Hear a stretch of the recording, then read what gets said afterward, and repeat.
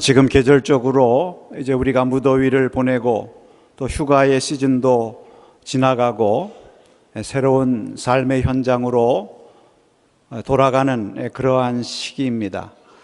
휴식의 시간을 갖고 다시 삶의 자리로 돌아갈 때에 한편으로는 즐거웠던 생각들도 많이 나지만 또 다른 한편으로는 이제부터 맞닥뜨려야 될 그 삶의 현장의 여러 가지 일들, 또 그 앞에서 주어지는 여러 문제들로 인해서 마음 한편이 부담이 되기도 하죠.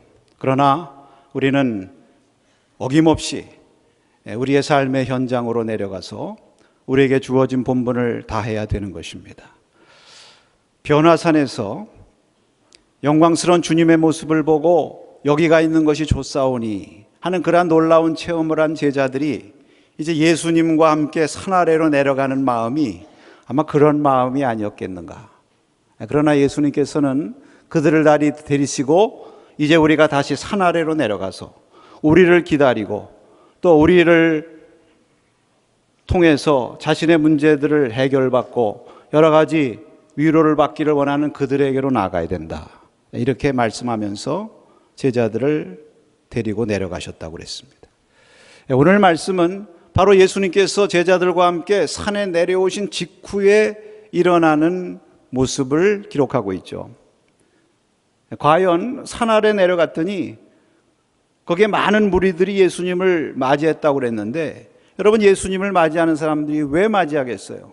그들이 예수님 앞에 가지고 오는 여러 가지 문제들, 병을 고쳐주세요, 나의 어려운 문제를 좀 해결해 주세요, 말씀을 통해서 나를 좀 위로해 주세요, 여러 가지 일과 문제들을 가지고 주님 앞에 나오는 것 아니겠습니까? 그러니까 사실 주님 앞에 나오는 사람들은 좀 심하게 말하면 다 문제들이죠. 다 주님으로부터 무엇인가를 기대하는 그런 사람들이 많이 나왔으니까 얼마나 그곳에 또 할 일이 많고 또 씨름해야 될 일들이 많이 있겠습니까? 오늘 이 누가복음의 이 말씀의 오리지널 버전이 마가복음입니다. 마가복음이 먼저 기록이 되고 그 다음에 누가복음이 기록됐는데, 그 마가복음의 말씀에 보면 그 산 아래에 예수님께서 내려가셨을 때 그곳의 모습이 잘 설명이 되어 있어요. 어떤 현장이었는가? 마가복음 9장 14절 말씀을 한번 같이 읽고 말씀을 듣습니다. 이에 그들이 제자들에게 와서 보니 큰 무리가 그들을 둘러싸고 서기관들이 그들과 더불어 변론하고 있더라. 그들에게 가보니까 많은 무리들이 둘러싸여 있어요. 뭔가를 하나 보니까 서기관들 무리들에 둘러싸여서 제자들이 지금 변론하고 있는 거예요. 막 변론이라는 것은 여기 보면 심한 논쟁, 막 말씨름을 하고 그곳에 소란이 일어나고 있는 것입니다. 그 왜 소란이 일어나고 있는가? 오늘 나오는 내용을 보면 짐작할 수 있는 것이, 귀신 들린 아이의 아버지가 그 자기 아이를 고쳐달라고 제자들에게 데리고 온 거죠. 그런데 제자들이 능히 고치지를 못했다고 그랬어요. 그러니까 그 옆에 서기관들이 있다가 늘 무언가 책을 잡으려고 하는 사람들이니까 예수의 제자라고 하면서 귀신도 못 고친다 그러면서 문제거리를 삼고 그거를 가지고 논쟁을 삼은 거죠. 그러니까 또 제자들이 거기에 대해서 이 말 저 말 하다 보니까 논쟁이 붙고 또 무리들이 휩싸여 가지고 한바탕 소란이 일어났다, 이렇게 볼 수가 있습니다. 그러니까 문제가 해결되기라고 막 옥신각신하고 있는데 마침 예수님이 내려오시니까 저마다 이제 예수님이 오셨구나 하면서 예수님께 달려갔다, 이렇게 보면 되겠죠. 여러분, 예수님께서 그런 광경을 보실 때 어떤 마음이 드셨을까요? 잠시 후에 나오죠. 이 귀신 들린 아이의 아버지가 예수님께 와서 자기 아이 고쳐달라고 그러면서 제자들에게 데리고 왔더니 저들이 능히 고치지 못합니다, 이렇게 말하자 예수님께서 바로 하신 말씀이, 예수님이 그 산 아래에서 벌어지는 광경을 보시면서 마음속에 생각하셨던 느낌이셨던 것 같아요. 뭐라고 그러셨는가 하면, 뭐라고 그랬습니까? 믿음이 없고 패역한 세대예요.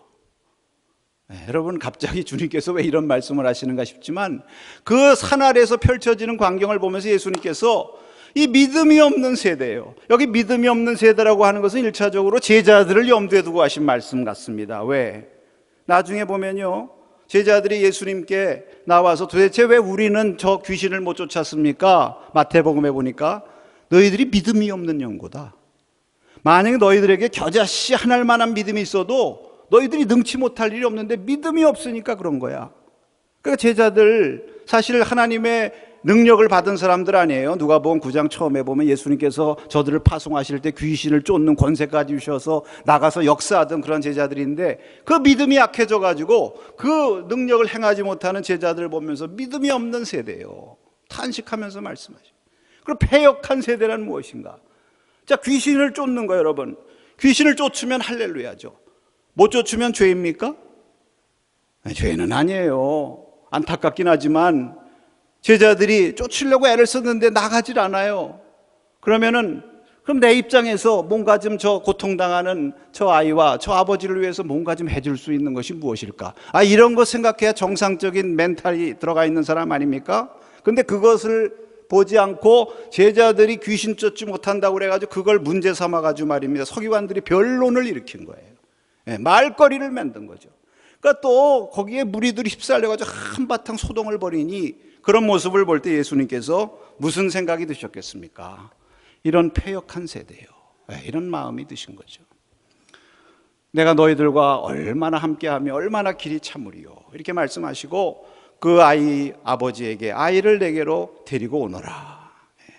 예수님께서 그 아이의 귀신을 명하여 쫓아내시고 그 아이를 그 아버지에게 다시 돌려주심으로 그 아이의 문제가 해결되고 그 아버지의 문제가 해결되고 그 가정의 참 평화가 회복되게 된 줄로 믿습니다. 오늘 이 말씀을 우리가 보면서 우리 성도들, 특별히 주의 제자된 저와 여러분에게 주시는 중요한 진리 몇 가지를 우리가 꼭 여기서 발견해야 될 줄로 믿습니다. 그 첫째는 무엇이냐면 여러분, 그 예수님이 안 계셨던 사나라의 모습을 우리가 분명히 보아야 됩니다. 여러분, 이 사나라의 모습은 어떤 모습이냐면 이것은 문제의 현장이에요. 여기 오늘 말씀 보면요, 그 앞에 나오는 변화산 위의 모습과 너무나도 대조되는 모습이에요. 여러분, 변화산 위에는 어떤 일들이 있었습니까? 거기는 영광의 주님의 모습이 있었어요. 그리고 하늘로부터 하나님의 음성이 들리는 놀라운 체험이 있었습니다.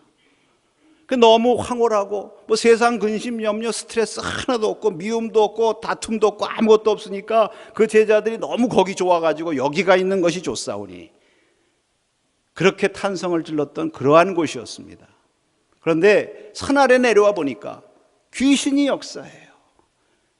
그래서 그것 때문에 고통을 당하는 아이의 모습이 있고요, 그 아이를 보면서 가슴 아파하고 고쳐달라고 절규하는 그 아버지의 모습이 있고요, 또 능력을 행하지 못해서 어쩔 줄 몰라 하는 그러한 제자들의 그 안타까운 모습, 무력감에 빠진 모습, 또 그것을 가지고 말거리를 삼아서 그것을 가지고 논쟁을 일삼는 서기관과 무리들의 모습, 이런 모습들이 있는 것이 바로 산 아래의 모습인 것입니다.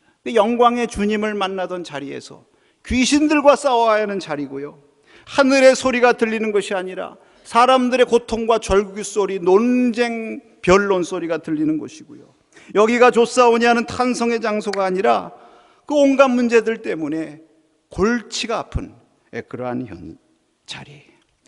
여러분, 왜 이러한 모습이 생깁니까? 한마디로 말하면 예수님이 안 계시기 때문이죠. 예수님이 그 자리에 계시지 않으니까 그 실상은 무엇이냐면 문제의 현장이요, 그 문제를 해결하지 못하여 소동과 혼란이 있는 그러한 모습을 보여주고 있는 것입니다. 여러분, 오늘 이 모습을 이렇게 읽으면서 이렇게 연상하는 구약의 말씀이 있는데요, 출애굽기 32장에 보면 모세가 하나님의 부름을 받고 시내산으로 올라갑니다. 거기서 40일 동안 하나님 앞에 기도하면서 하나님 율법을 받죠. 그 동안에 그 시내산 꼭대기에는 하나님의 영광이 거기 머물렀다고 그랬어요. 구름과 불 가운데서. 근데 산 아래는 어떤 일이 일어났습니까? 모세가 40일 동안 모습을 보이지 않으니까 모세도 안 보이고 하나님의 모습도 안 보이는 것 같고, 그러니까 어떻게 하느냐, 아론을 막 부축혀 가지고요, 백성들이 금송아지를 만들었잖아요. 금송아지 만들어서 그거 섬기고 그것으로 인해 소란하고 떠드는 소리가 하나님 귀에까지 들렸다고 성경에 기록이 되어 있습니다. 여러분, 산 위의 모습과 산 아래의 모습이 이렇게 다른 것입니다. 이렇게 표현할 수 있을 거예요. 산 위의 종교와 산 아래의 종교. 여러분, 우리 그리스도인들, 주님의 제자들은 아주 특별한 실존을 살아가는 사람들이에요. 세상 믿지 않는 사람들은 산 아래에서만 살아가는 사람들이에요. 그러나 저와 여러분은 산 위와 산 아래를 동시에 살아가는 사람들입니다. 그런데 우리의 대부분의 삶은 산 아래에서 살아가죠. 그 산 아래는 많은 문제가 있고 많은 고통이 있고 우리가 해결해야 될 그러한 과제들이 있고 참벌이가 복잡한 그러한 곳입니다. 그러나 우리가 그러한 산 아래를 살아가면서도 우리가 믿음으로 승리하고 이런 혼란과 소동으로부터 우리가 벗어날 수 있는 길은 무엇이냐 하면 산 위를 바라봐야 돼요. 믿습니까? 산 위를 바라봐야 돼요. 그래서 지난 시간에 말씀드린 것처럼 산 위로 올라가는 것이 우리에게 때로 필요한 거예요. 기도의 산, 말씀의 산, 주님만 바라보는 그러한 산 위에 은혜가 우리에게 있을 때에 우리가 다시 새 힘을 얻고 산 아래에서 그 문제들과 싸워 이기면서 승리하는 능력의 삶을 살아갈 수가 있는 것입니다. 우리가 산 위의 종교로만 머물러도 안 돼요. 산 아래로 내려가야죠. 거기에 우리가 돌보고 주의 사랑과 복음을 전해야 될 영혼들이 기다리고 있기 때문에. 그러나 동시에 산 아래만 머물러 있었어도 안 돼요. 산 아래만 머물러 있으면 문제만 보이고 영역이 떨어지는 거예요. 은혜가 떨어지는 것입니다. 여기 오늘 본문의 말씀에 보면 제자들 보세요. 여기 제자들은 이제 9명의 제자들이겠죠. 예수님과 같이 산 위에 올라가지 않았던 9명의 제자들. 이 제자들이 무력함에 빠졌습니다. 귀신을 능히 쫓지 못했어요.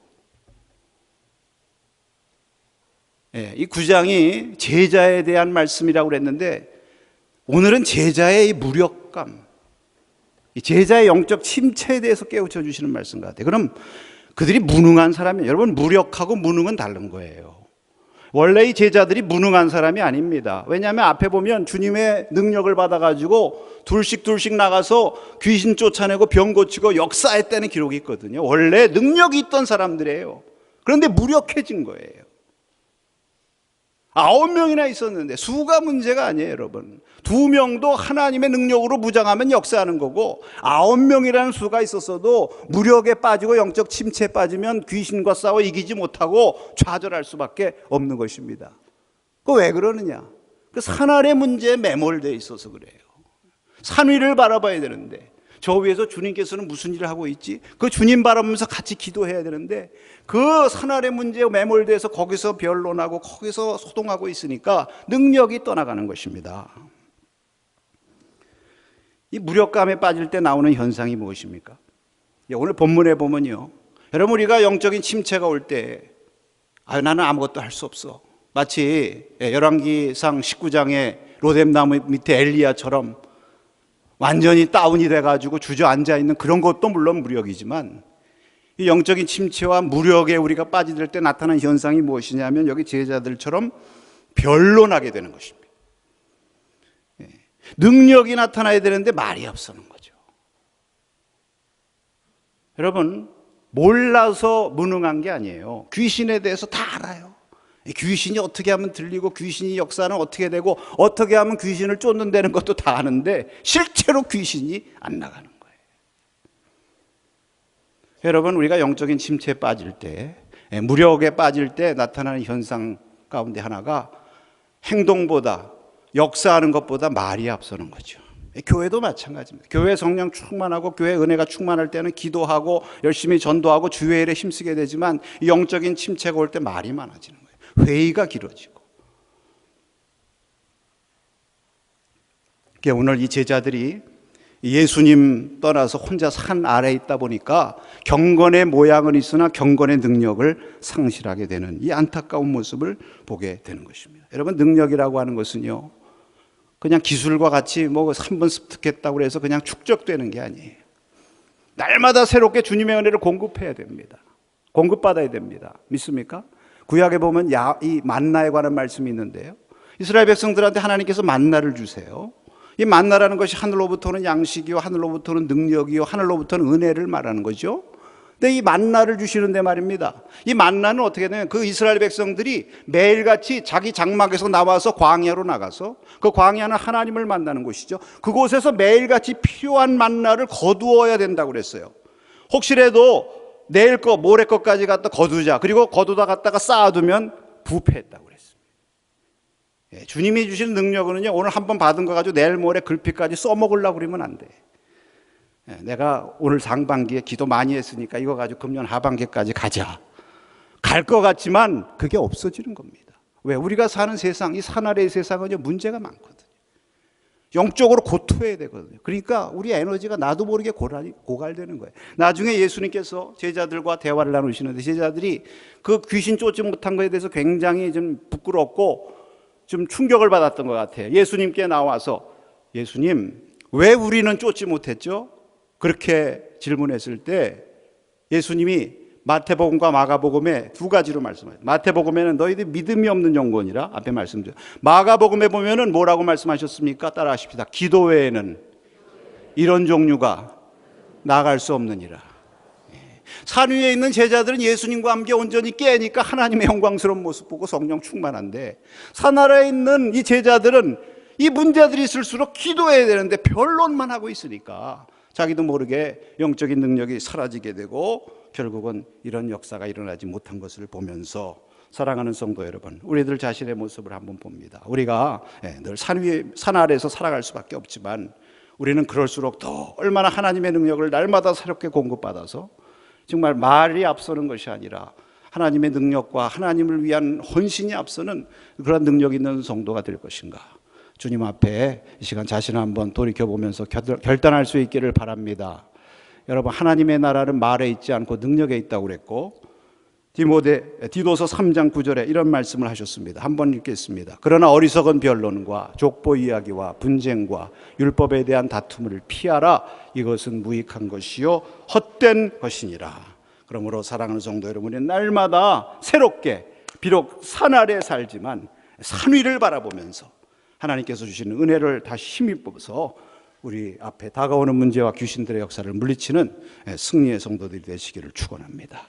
두 번째, 이 말씀을 통해서 우리에게 주시는 교훈이 따라하십시다. 예수님만이 답입니다. 네, 그거예요. 제자들이 아무리 변론하고 서로 옥신각신했지만 문제가 해결이 안 돼요. 답이 안 나옵니다. 그런데 그 자리에 예수님께서 오시니까 해결이 됐어요.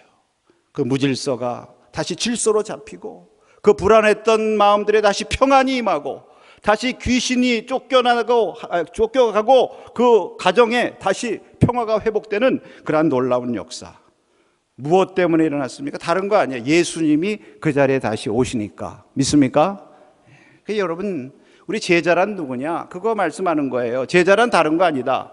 예수님만이 답이구나. 이런 삶의 철학을 가지고 살아가는 사람이 예수님의 제자라는 것입니다. 아멘이십니까? 여러분, 예수님은요, 산 위에서도 답이에요. 산 위에서도 영광스러운 모습으로 변하시고 하늘로부터 이는 내 사랑하는 아들이다. 너는 그의 말을 들을지어다. 예수님만 오직 바라보면 다 된다는 답을 얻은 거죠. 산 아래도 답이에요. 그 많은 문제와 많은 혼란과 어려움들이 있지만 주님이 그 자리에 임하시는 순간 다 정리해 주신 줄로 믿습니다. 우리가 살아가는 현장에도 여러분, 이 산 아래서와 같은 우리를 상하게 하는 귀신들의 역사, 여러 가지 문제, 우리를 괴롭게 하는 그러한 일들, 이런 것들은 끊임없이 일어나지만 우리들 스스로 때로는 문제 해결하지 못해서 제자들처럼 또 당황하고 때로는 어쩔 줄 몰라 하는 그러한 때도 우리가 있지만, 여러분, 우리 스스로 문제 해결하려고 하지 마시고 예수님만이 답이십니다. 예수님 나에게 오셔서 나의 삶을 좌정하시고 다스려 주시옵소서. 주님 앞에 맡기고 주님 모셔드리게 될 때 주님께서 여러분의 삶을 다 정리해 주시고요, 여러분의 가정에도 혹시 가정의 평화가 사라지고 질병의 문제, 자녀의 문제, 사업의 문제, 여러 가지 문제로 인해서 불평과 원망과 고통이 있습니까? 스스로 아무리 노력하려고 했는데 노력이 되지 않습니까? 다시 우리가 할 수 있는 것은 무릎 꿇고 예수님 모셔드리는 거예요. 믿습니까? 예수님께서 우리 가정에 오시면 예수님께서 답을 주시는 거예요. 얼마 전에 기독교 문학기행 이러한 제목으로 국민일보에 기사가 실렸던 것을 제가 보았는데요. 그날 그 기사에는 누구에 관한 내용이 있었는가 하면 저 일본의 빙점으로 유명한 미우라 아야코 여사의 글이 실렸습니다. 제가 특별히 이 엔토 슈샤코 그 침묵을 쓰신 그분과 또 이 미우라 아야코 여사 이분에 대한 글들을 좋아해서 유심히 제가 그 글을 읽어보게 되었는데, 이분이 북해도 출신이라고 그래요. 그래서 북해도에 그 문학관이 있고 또 이 빙점의 무대가 되었던 곳도 그 북해도죠. 이제 그곳을 기행하면서 거기 그 문학 기행 기사를 쓰셨더라고요. 근데 참 이 미우라 야코 여사를 보면요, 얼마나 많은 인생의 고통과 특별히 병마와 싸웠는지 모릅니다. 또 이분은 그 인간의 실상을 그대로 드러내요. 결코 인간의 속에 있는 이 죄성이라는 거, 원죄의 문제, 이거 덮어놓지 않습니다. 인간은 그냥 낙관적으로만 보는 게 아니에요. 이거를 드러내면서도 분명히 고난이 있고 죄가 우리 인간을 괴롭히지만 이것을 이기는 더 큰 힘이 있다. 그 힘이 바로 소망과 은총의 힘이다. 이거 말씀하는 분이에요. 그럼 이 소망과 은총의 이 빛, 이것이 어디서 오느냐? 자기가 발견했다는 것이죠. 바로 자기가 신앙 안에서 예수님을 만나고 발견했다는 것을 증거하는 것입니다. 이분이 2차 대전 때는 교사로 일하다가, 이 교사가 뭐예요? 아이들한테 천황이 신이라고 가르치는 사람이에요. 그 천황이 신인 나라가 어느 날 패망해버린 거예요. 가치관에 혼란이 옵니다. 허무감에 사로잡혀가지고 문제가 일어나는데 이중약혼을 하게 돼요. 그것 때문에 벌을 받았는지 당시로는 불치라고 하는 폐결핵에 걸리게 됩니다. 인생에 큰 환란이 찾아온 거죠. 그래가지고요, 꼼짝 못하고 뭐라고 그럽니까? 이 깁스 베드라고 그러나요? 아주 그냥 몸 꼼짝 못하게 깁스를 해놓고 천장만 바라보고 바깥을 보려고 해도 유리창으로다가 이제 거울 비춰가지고 이렇게 바깥을 보는 그러한 고통 가운데서 병상에서 13년간 있게 됩니다.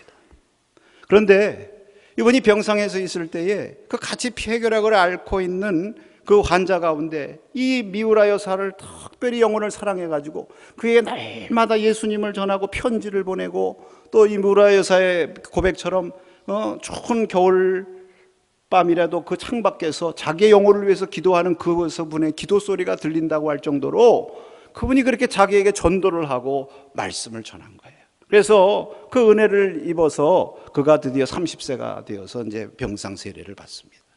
그리고 병상 세례를 받고 늘 하나님 말씀을 읽고 믿음의 생활을 하게 되죠. 그러는 가운데 그 사랑하는 남편을 만나게 되고 이제 그래서 같이 살게 되는데, 여러분 그 미우라 여사의 그 삶 가운데 또 감동적인 게, 자기가 이제 조그만 점포점을 하나 열었는데 이 점포점이 잘 되는 거예요. 점점점 잘 돼가지고 확장이 된 겁니다. 그러니까 사람들이 자기 가게로만 오니까 옆에 있는 가게 가질 않아요. 근데 이것은 분명히 성경적이 아니에요. 하나님의 자녀로서 이거는 바람직한 일이 아니에요. 그래가지고 남편하고 의논을 해가지고 우리 점포를 좀 줄이자고, 규모를 줄이고요, 그 옆에 있는 가게로다 손님들 보냅니다. 그리고 딱 10시면 문을 닫는 거예요. 그리고 그때부터 글을 씁니다. 그래서 빙점이라는 글을 쓰는 거죠. 그래서 세상에 알려지게 되고 이것이 이제 그 등단을 하게 된 거죠. 아사히 신문에 당선이 돼가지고. 그래서 그의 삶을 통해서 이렇게 은혜를 끼치게 되는데, 여러분 이분이 참 평생 얼마나 많은 고통을 겪었는지 몰라요. 결핵을 앓았죠. 또 나중에 뭐 대상포진 같은 건 병도 아니에요. 직장암을 앓고요, 말년에는 파킨슨씨 병, 이런 많은 병들과 싸웠지만 나는 하나님의 은혜와 기도 덕분에 이런 병마들과 잘 싸울 수 있었다고 생각한다, 이렇게 말하면서요, 내가 병을 통해서 잃은 것이 있다면 혹시 건강은 잃었을지 모르지만 내가 예수님을 얻었고 또 사랑하는 남편을 얻었고 글을 쓸 수 있는 즐거움을 얻었다. 그분의 글 가운데 이런 얘기가 있어요. 인생을 살다 보면 순조로울 때도 있고 불우할 때도 있다. 불행해 보일 때도 있고 행복해 보일 때도 있다. 어느 쪽이든 절망할 필요도 없으며 기뻐할 필요도 없다. 빛은 언제나 우리 바로 곁에 있다고 믿는다. 여러분, 이 빛이 예수님인 줄로 믿습니다. 예수님의 빛이 자기 속에 비치니까 그 많은 환난과 역경 가운데서도 답이 있는 거예요. 답이 있으니까 이 답을 내가 찾았다고 사람들에게 증거하고 평생 그리스도를 그의 삶과 작품을 통해서 전한 그러한 훌륭한 이야기를 우리에게 남겨주고 있는 것입니다. 여러분, 이 미우라 아야코 여사의 이야기가 저와 여러분들의 이야기가 되기를 바랍니다. 우리의 삶에도 때로는 힘들고 어려운 것들이 많이 있지만 우리가 좌절하거나 자기할 필요가 없어요. 왜? 오늘 예수님께서 그래도 말씀하셨거든요. 이 믿음이 없고 패역한 세대 이렇게 말씀하시면서도 그래도 내가 언제까지 너희들과 함께 있으며 너희를 참으리요. 그래도 우리와 함께 계시고 우리를 참으신다. 할렐루야. 그 주님이 우리 곁에 계시기 때문에 우리가 예수님이 답이라는 믿음을 가지고 나가게 될 수 있는 줄로 믿습니다. 마지막으로 여러분, 이 예수님이 답이 되는 은혜를 체험하기 위해서 우리가 해야 될 것이 여기 본문에서 말씀하고 있습니다. 그게 무엇입니까? 예수님께 가지고 나와 부르짖는 거죠. 이 아이의 아버지가 이 아이의 문제, 자신의 문제를 가지고 예수님께 가지고 나와 소리를 질렀다고 그랬어요. 예수님 앞에 부르짖었다고 그랬습니다. 예수님 앞에 부르짖을 때 예수님께서 들으시고 우리 가운데 찾아오셔서 우리의 삶의 해답이 되어 주시는 줄로 믿습니다. 그게 다른 기도 외에 다른 종류로는 이런 것들이 나갈 수도 없고 여러분, 우리의 삶의 문제가 해결될 수도 없는 것입니다. 내 아이를 내게로 데려오라 하는 주님의 말씀은요, 여러분, 믿음을 가지고 그 문제를 내게로 가지고 와. 예수님이 나의 인생의 답이다. 예수님께로 가져가면 이 문제가 해결받는다. 그러한 믿음을 가지고 내게로 가지고 오라 하는 주님의 요청, 주님의 말씀인 줄로 믿습니다. 여러분, 왜 우리가 문제 해결을 받지 못합니까? 주님의 능력이 부족해서가 아니죠. 우리의 믿음이 약하고 우리가 주님 앞에 나와서 부르짖지 않기 때문에. 우리가 믿음이 있다고 알면서 얼마나 주님의 능력, 기도의 힘을 믿습니까? 여러분, 제가 얘기를 하나 더 하고 말씀을 마치려고 합니다. 케네스 베 여러분 아시죠? 북한에 한 2년여 동안 억류되어 있다가 2014년에 풀려난 분입니다. 최근에는 우리 이면수 목사님도 이제 석방된 얘기를 우리가 들었습니다만, 이 케네스 베라고 하는 분이 그 2년 동안의 억류를 기록하면서 쓴 책의 제목이 잊지 않았다. 사실은 영어로 말하면 not forgotten, 잊혀지지 않았다, 이제 그런 얘기죠. 근데 거기 보면 기도의 힘이라는 얘기가 나옵니다. 이제 이분이 북한에 들어가서 억류되고 한 일주일쯤 지난 다음에 자기를 신문하는 사람이 들어와서 자기를 신문을 해요. 너 내가 하고 있는 거 우리가 다 알고 있으니까 이실직고 해라. 벌써 뭐 거기 갖고 들어간 자료들, 이제 실수로 외장하드 이런 거 갖고 들어갔다가 이제 발각되지 않습니까? 그러니까 그런 거 다 보고 이 사람이 어떤 신분이고 뭐 하는 사람이는지 다 나름대로 알고 있는 거죠. 그러니까 이제 케네스 베가 솔직히, 여러분 당신이 알고 있는 것처럼 나 사실은 선교하는 사람이다. 그런데 내가 뭐 여기 와서 사람들한테 전도한 것도 아니고 또 그렇다고 내가 무슨 성경을 전달한 것도 아니고, 그래서 나는 이곳에 오기를 원하는 많은 외국 사람들 데리고 와서 이 땅을 돌아다니면서 이 땅을 위해서 기도한 거 외에는 없다. 그러니까 그 사람이 그러더래요. 바로 그 기도가 문제라고. 그래서 이게 왜 문제냐? 당신들 하나님 믿느냐? 당신들 하나님 안 믿지 않느냐? 당신들이 하나님의 존재를 안 믿으면서 왜 우리가 하나님한테 기도하는데 그게 문제고 그걸 왜 두려워하느냐 그랬더니, 그 기도를 하게 되면 당신들이 우리가 믿는 수령 신을 저주하게 될 거고, 또 기도하면서 여기 사람들한테 당신들이 믿는 신에 대해서 얘기하고 자꾸 하다 보면 그것 때문에 우리 인민들이 바이러스처럼 감염이 돼가지고 나중에는 수령 신에 대한 신앙심이 약해져가지고 이 체제가 이게 위기가 되고 무너지게 될 것이니까 그게 위험한 거 아니냐. 그런 얘기를 듣고요, 깜짝 놀랐대요, 속으로. 이 사람들 무신론자고 불신앙인이라고 생각했더니 기도의 힘을 믿네. 예수님이 위험하다는 거 알고 있네. 그렇죠. 사실 내가 위험한 게 아니라 케네스 베 자신이 위험한 사람이 아니라 그가 믿고 있는 예수님이 위험한 거죠. 누구 입장에서 볼 땐? 귀신들 입장에서 볼 땐요. 그러면서 딱 드는 생각이, 이 땅에 저 미국에도 그렇고 한국 땅에도 그렇고 하나님을 믿는 많은 성도들이 있는데 정말 이 공산당만 기도에 대해서 위험하다고 생각하고 기도의 힘을 믿을까? 그런 생각이 버뜩 들더래요. 여러분, 우리가 그래도 공산당보다는 더 기도의 능력을 믿어야죠. 믿습니까? 네, 이럴 때 아멘 안 하면 그럼 어떻게 되는 거예요? 네, 공산당들도 기도는 능력이 있다는 걸 믿고 못하게 하고 그거 했다고 갖다 잡아놓는데, 여러분, 이 케네스 베가 그 2년 동안 지나면서 그 어려움과 모든 시련, 그 산 위에서의 상황 같은 그 복잡한 상황을 잘 이기고 평안을 유지할 수 있었던 것은 하나님 앞에 기도하는 것이고, 자기를 위해서 기도하는 많은 사람들이 있다는 것을 늘 기억한 그것. 특히 스바냐 3장에 나오는 내가 때가 되면 너희들을 다시 모아서 너희들을 이끌어 너희들의 집으로 돌아가게 하리라 하는 그 말씀 붙들고 하나님 앞에 기도하면서 이겼다고 그래요. 제가 왜 케네스 베 이야기를 하느냐 하면, 그 케네스 베가 우리 교회에 옵니다. 우리 기독교 통일 포럼, 지금 계획으로는 10월달 기독교 통일 포럼 모임에 케네스 베가 와서 말씀하려고 지금 계획하고 있어요. 추석 지나고 10월 둘째 주 첫 토요일인데 여러분, 그래서 우리가 좀 특별한 자리를 마련해야 되겠다 그렇게 기록하고 있습니다만, 여러분 그 간증을 들으시고 우리도 케네스 베처럼 또 본문의 이 어린 아이의 아버지처럼 우리의 문제를 가지고 기도의 능력을 믿고 주님 약속을 붙들고, 너희가 겨자씨만한 믿음이라도 있으면 그 믿음을 가지고 내 이름으로 구하면 내가 다 시행하리라. 주님의 약속 붙들고 주님 앞에 가지고 나올 때 주님께서 여러분의 답이 되어주시고, 여러분의 삶을 지금 복잡합니까? 정리해 주시고, 여러분의 가정과 여러분의 일터에도 화평을 주실 줄로 믿습니다. 이제 우리가 휴가철이 지나고 새로운 가을, 새로운 바람이 부는 이 계절에 주님의 이 은혜의 바람, 성령의 새바람이 부르셔서 여러분의 삶 가운데 문제들이 해결되고 하나님의 은혜가 간증되는 그러한 축복의 역사들 넘치시기를 축원합니다. 우리 복음성 간장 부르십시다. 예수 가장 귀한 이름, 예수 언제나 기도 들으사. 오 예수 나의 손잡아 주시는 가장 귀한 그 이름, 내 이름으로 무엇이든지 내게 구하면 내가 시행하리라. 이 말씀 붙드시고 우리 한번 찬송 부르고 기도하겠습니다.